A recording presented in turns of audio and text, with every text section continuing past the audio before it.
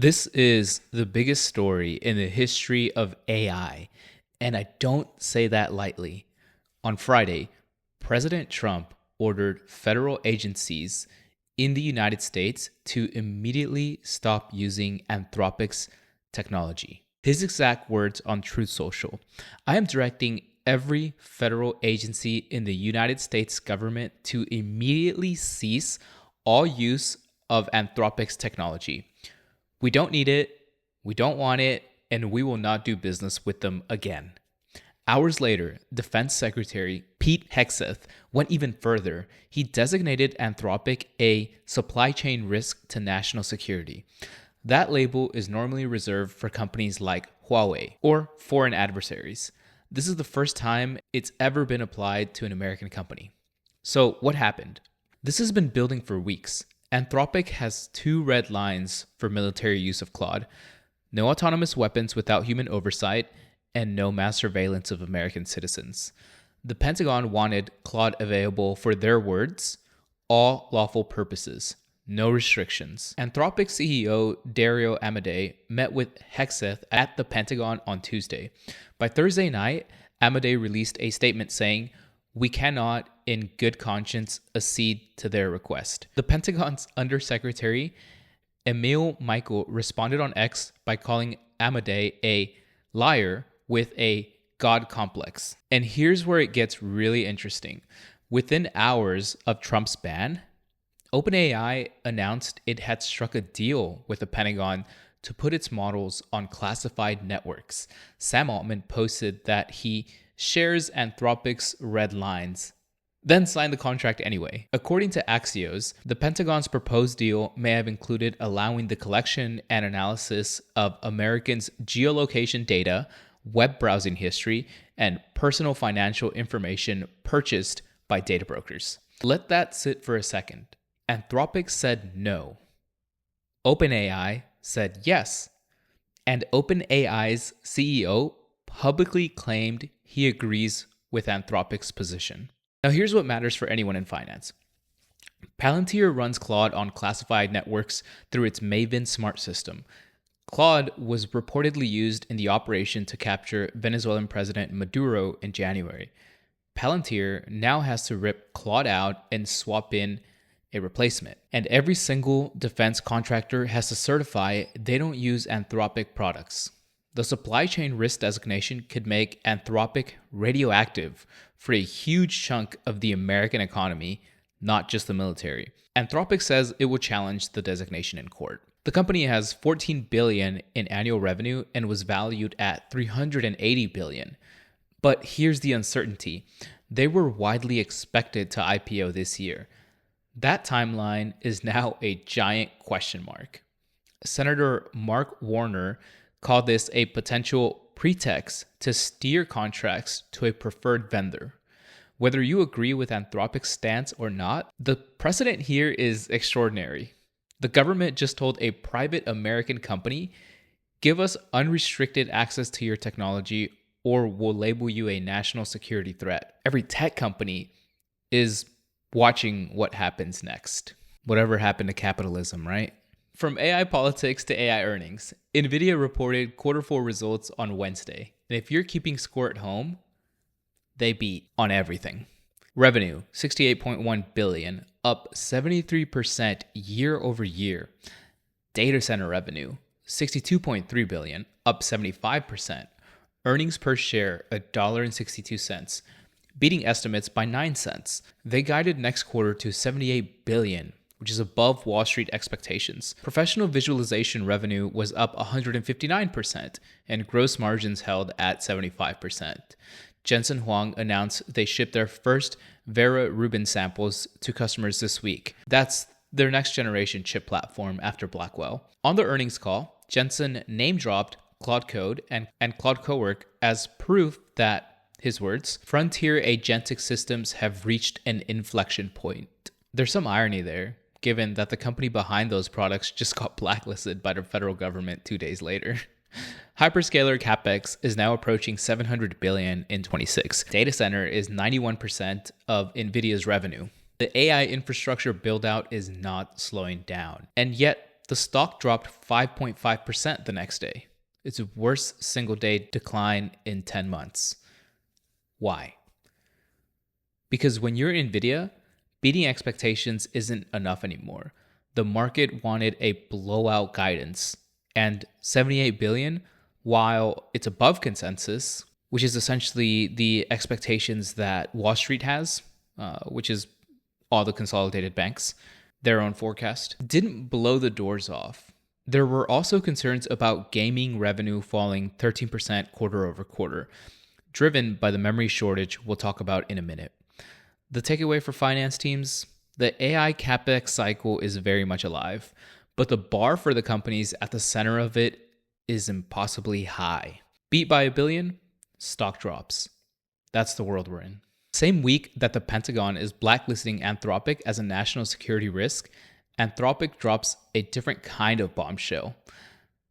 Chinese AI labs have been systematically stealing its technology.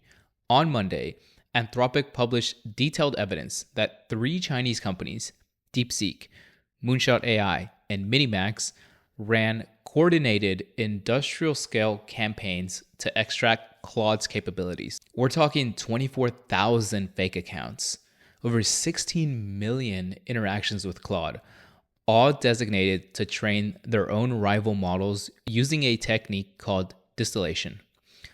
Here's a breakdown. DeepSeek generated over 150,000 exchanges targeting Claude's reasoning capabilities. They were even asking Claude to produce censorship-safe alternatives to politically sensitive queries. Things like questions about Chinese dissidents and authoritarianism. Moonshot AI racked up 3.4 million exchanges focused on agentic tool use and coding, and Minimax, the most aggressive, ran 13 million exchanges targeting coding and agentic capabilities. One single proxy network was managing over 20,000 fraudulent accounts simultaneously, mixing traffic with normal customer requests to avoid detection. The political irony here is almost too perfect. In the same week, the US government is treating Anthropic like a foreign adversary for having safety standards, while actual foreign adversaries are stealing Anthropic's technology at industrial scale. Anthropic is simultaneously too dangerous for the Pentagon and too valuable for China to leave alone. This also matters for the export controls debate. Anthropic's argument is simple. If Chinese labs need to steal from us at this scale, that proves the export controls are working and should be tightened, not loosened. The Trump administration loosened chip export restrictions to China last month. Anthropic is making the case that was a mistake. Everyone's been focused on AI politics this week. A quieter crisis just got dramatically worse. IDC released new forecasts on Wednesday, and the numbers are staggering. Global smartphone shipments are projected to decline 12.9% in 2026, from 1.26 billion units to 1.1 billion. That's the biggest single-year drop in over a decade. PC shipments are expected to fall 11.3%. IDC's senior research director said, and I'm quoting here, "The tariffs and pandemic crisis seem like a joke compared to this." The cause? The AI boom is eating the world's memory supply. Samsung, SK Hynix, and Micron are shifting their manufacturing capacity from regular DRAM and NAND, the stuff in your phone and laptop, to high bandwidth memory for AI data centers. Every wafer that goes to an HBM stack for an Nvidia GPU is a wafer that doesn't go into a mid-range smartphone. HP reported that DRAM now makes up 35% of PC build costs, up from 15 to 18% last quarter. Gartner says memory prices could rise another 130% by year end. Budget Android phones are getting crushed. Some markets could see 20% or more declines. Apple is relatively insulated because of its premium margins and supply chain leverage. But even Tim Cook flagged increasing memory cost pressure on the last earnings call. And this connects directly to Nvidia. Remember that gaming revenue drop? Same problem. memory constraints are forcing chip makers to prioritize AI processors over gaming GPUs. No relief is expected until mid-2027 at the earliest. This is the hidden tax of the AI boom, and it's hitting consumers now. Quick hit on a product launch that previews where this whole industry is going. Perplexity launched something called Computer this week. It's a multi-agent platform that coordinates 19 different AI models to complete complex tasks. Think of it like a project manager that assigns work to the best available AI for each job.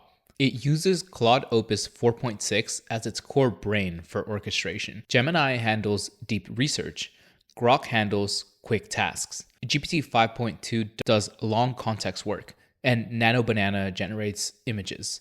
Then VO 3.1 handles video. You describe what you want. Build me a website, write a research report, analyze this data set, and Computer breaks it down, assigns sub-agents, and runs the whole workflow. It can operate for hours or months. It's $200 a month on Perplexity's Max plan. Perplexity's CEO called it the company's most ambitious product in its 3-year history, and the press is calling it open claw for everyone. The finance angle? If this is where AI is heading, and every major company seems to agree it is, then the value layer shifts to orchestration. No single model wins. The best router wins. And every workflow these agents automate is a workflow that used to require software seats and human labor. The SaaSpocalypse thesis just got another data point. Speaking of which, quick update on the saga we've been tracking since episode 1. The IGV software ETF is still hovering near its lows, roughly 30% off its September peak. About $2 trillion in market cap has been wiped from the software sector since late January. We saw a slight bounce this week in software stocks, but the RSI hit 18 earlier this month, the most oversold reading since 1990. The debate is intensifying. Bloomberg's Odd Lots podcast did a full episode titled "Which Software Companies Will Survive the SaaSpocalypse?" Some analysts are calling for a rotation from chips back into software, the great AI handover. Others say the structural threat from agentic AI is permanent and we're just in the early innings. We'll keep tracking this. It's not over. That's Weekly Watermelon Soup. This week, Trump blacklists Anthropic while OpenAI takes the Pentagon deal. Nvidia beats everything and drops anyway. China caught stealing Claude at industrial scale. And the memory crisis is crushing smartphones. And Perplexity just launched the agent that runs all the other agents. This has been the wildest week in AI yet. And if you're a finance professional trying to make sense of all of this, that's literally what we do. So book a call. The link's below. And subscribe. I'll see you next week.